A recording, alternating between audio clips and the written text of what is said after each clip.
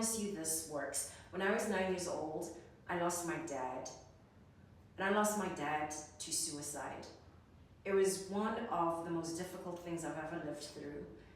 It shook me completely. I mean, I was 9, but it continued to have ripple effects throughout my life. And there is this wild thing that I did based on modeling from my mom. I'll tell you about that in a bit. This is a game changer for confidence. If you're somebody who's ever felt insecure, if you've ever felt like the things that you've gone through, nobody else has gone through them, if you felt shame and that shame is shaking your confidence, this video is for you. I want to share with you the #1 most powerful thing that you can do to stand up tall and be confident no matter what you've gone through, no matter how shameful it makes you feel. Let's get into this. Hey, welcome to Love on Stage. I'm Magogodi. If you're ready to make sales and spark action when you speak, this is your place.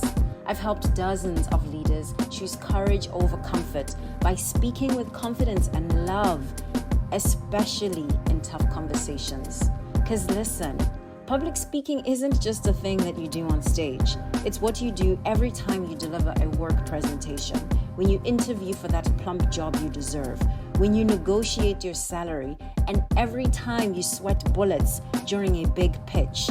That's all public speaking. It's time to level up your storytelling because your story matters. So, you ready to speak like a boss? Let's get into your most powerful story. Like I said, when I was 9 years old, living in South Africa, minding my own business, and being a pretty, I would say, confident, feisty, happy young person, my dad passed away and my father passed away through suicide. Now, we have to just name it what it is. Suicide is about mental health, okay? He did not commit suicide.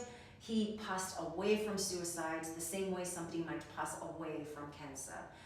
And that language kind of describes something that goes to the core of what I want to talk about. The way that people wanted to describe what happened and the way that society wanted to shame us for what happened is that my dad committed suicide, that he did this thing that was so sinful, so terrible, and oh my God, woe is me, shame on our family. I won't lie, like there was definitely huge shame associated with having gone through this, right? Like I experienced a lot of that shame, but the way that I got through it and the way that I was able to build unshakable confidence is actually by owning the story, by saying, yes, my daddy, my favorite, like my #1 rock star, my Superman, he did that thing. And not only did he do that thing, which you seem to believe, society, right? That is so shameful that you seem to believe like I should crawl underneath the carpets of my floor and never come out. And my future is basically like done because my dad did this thing. He died from mental health complications. Not only did he do that, but that's going to be part of like my calling card, okay? Like I'm going to own that. It is going to become part of my story and I'm going to lead with it always. I learned this in a really kind of, I learned this in like a wild way from my mom because immediately after this thing happened, my mom was the kind of person who would show up and she'd be like, hi, I am, say her name, and then immediately launch into the story of what happened. And as a child, I didn't fully understand the power of what she was doing or why anybody would be like why would you do this? You're embarrassing me. #1, I'm also 9 years old, right? And you're kind of like why do parents like act this way? But honestly, man, she taught me. I could cry just thinking about the power of what she modeled because what she was saying was it's okay, right? Without the words, like she was just modeling that. And what she was doing as well was what Dr. Brene Brown and really brilliant scientists and researchers, what they understand When you face your shame, when you name it, when you are completely vulnerable with the thing that makes you feel the most small, you take away its power. It don't got no power over me no more. Like, I can tell you here, I'm on the internet telling you, like, I don't care. Go tell your mom, go tell your mama's mama, go tell all your friends. Yes, guess what? Like, this woman, this Magogodi here, I am the proud daughter of a man who passed away because of suicide. Okay? And I'll tell you what, my brother also, he passed away from suicide.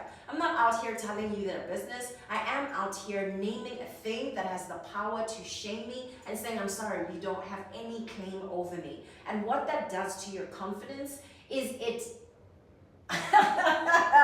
yo, it's like a skyrocket ship of power behind you in giving you confidence because you don't feel no shame anymore.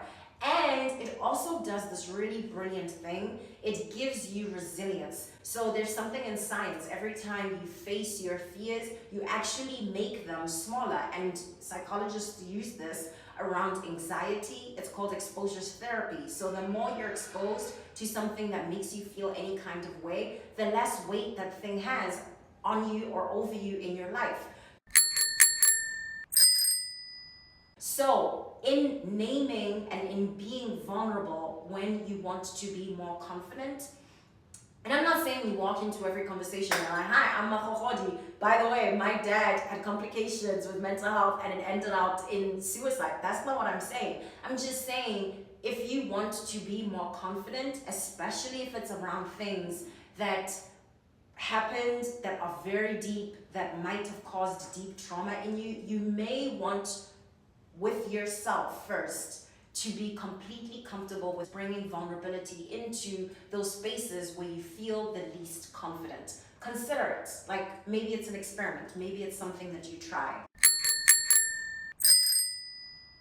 Being vulnerable as a hack and a most counterintuitive but amazing, like gangbusters way of learning how to be more confident by being more vulnerable, it does two things we've covered so far. It allows you to become more resilient and it allows you to squash your shame. But guess what? It does something else. Oh, did you see that?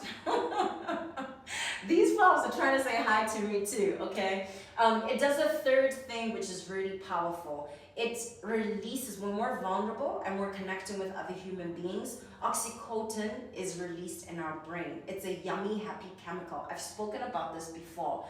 Oxytocin and good drugs that are released in our brains, they allow us to connect deeper with other human beings, both to be seen and heard, and also to see and hear other people more. So you're giving this other person more permission to be more of themselves, which, guess what? Like, that only heightens their like excitement and like yummy juice being around you. They're like, oh my God, there's light coming in. Like, I feel good and I want more of this. So this person wants to connect deeper with you.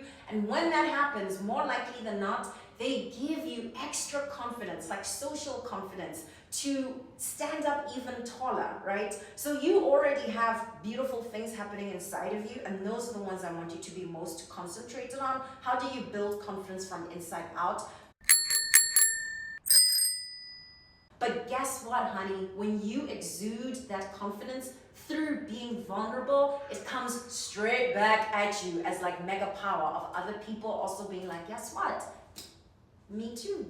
Like, that also happened to me. Think about the Me Too movement specifically and how much confidence it gave women to say, not only me too, but wow, like all of us, we've all been through this. Because Me Too was a movement that was started by Tarana, Black woman who brilliantly works with, I mean, she's like ridiculous brilliance, okay?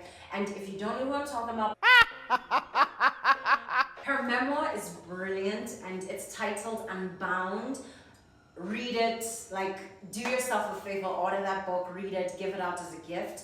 What she did in starting the Me Too movement is not only being vulnerable, because she started first by raising her hand and saying, this happened to me, but she gave other people permission to say, me too, it wasn't just you.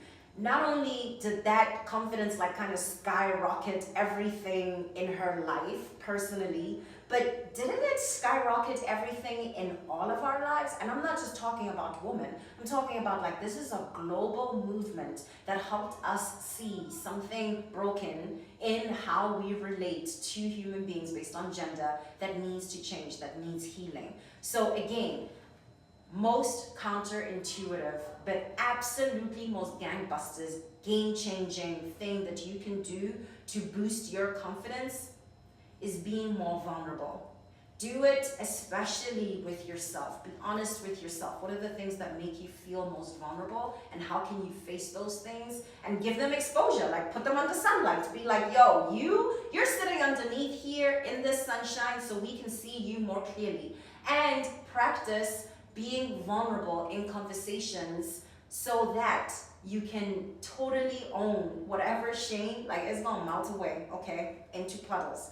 And so you can give other people the permission that they need to supercharge your confidence by saying, yeah, my daddy, that happened to me too. He left this planet and it was through suicide. My brother, the same thing happened. And I don't know what your personal story is, but I know that you have a mental health journey. You're human. So you definitely understand what it means to be on earth and to have complicated mental health issues. So me sharing that is me connecting with you and being deliberate and intentional that I want to see you, and I hope that you see me more clearly and that you hear me.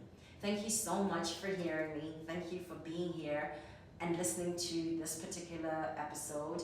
New episodes drop every Tuesdays and Thursdays. I'm so grateful to have you here. We speak specifically about things that help us glow up on this stage and off the stage, and I will see you soon. Thank you. Was that useful? You want to go even deeper? I'd love to support you. My coaching program can help you make money and spark action whenever you speak with intention. Book time to chat using the link in the description box below. Also, leave a comment if this video offered something you needed to hear today, or if you have a question you want me to unpack in next week's episode. Fresh episodes drop every Thursday at 12 p.m. Eastern. Hit subscribe to get a notification so you never miss a beat. Thank you so much for being here. I want you to know that your story matters. And I'm here to help you stand out from the stage to the page.